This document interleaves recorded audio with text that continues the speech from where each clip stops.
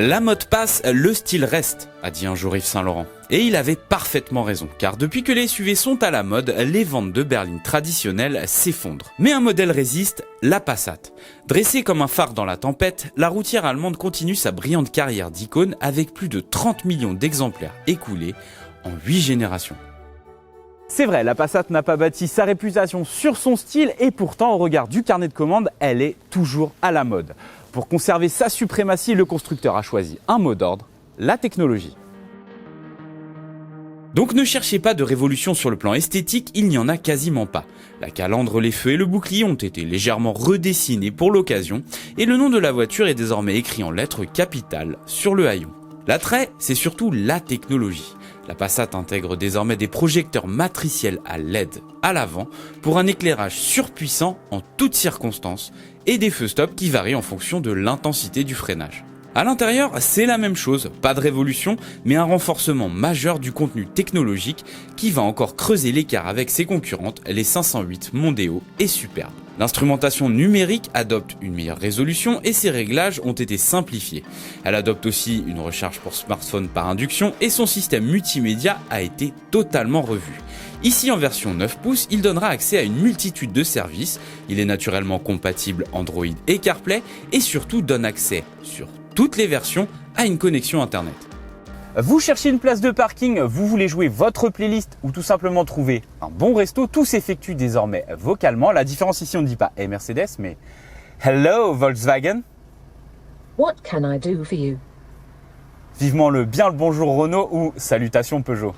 Mais dans la réalité, ce système n'est pas tout à fait au point. Hello Volkswagen. Hello Volkswagen. Hello Volkswagen.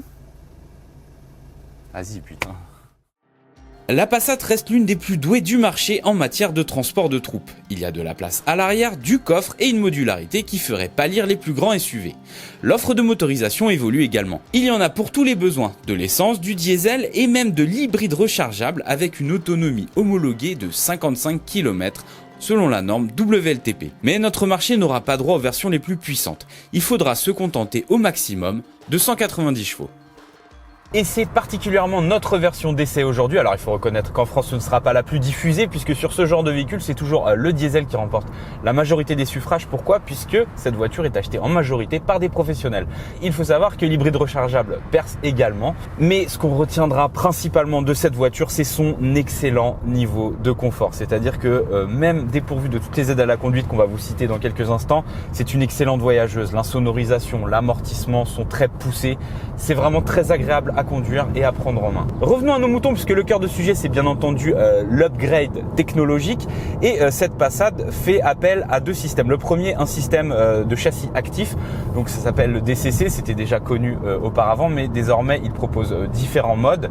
C'est géré indépendamment sur les 4 roues, ça fonctionne plutôt bien, on sent les différences, vous pouvez avoir un côté un peu plus dynamique mais au niveau confort c'est royal.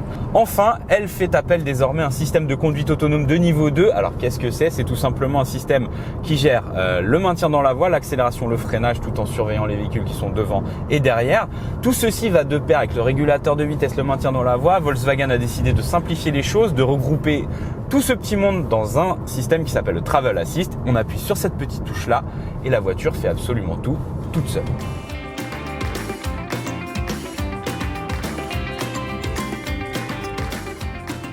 Sans avoir véritablement de concurrente, la Passat renforce son contenu d'aide technologique pour asseoir sa domination et rester une excellente voyageuse. Avec une mise à prix à 33 000 €, il y a fort à parier que les versions supérieures devraient subir une inflation compte tenu de l'enrichissement des technologies.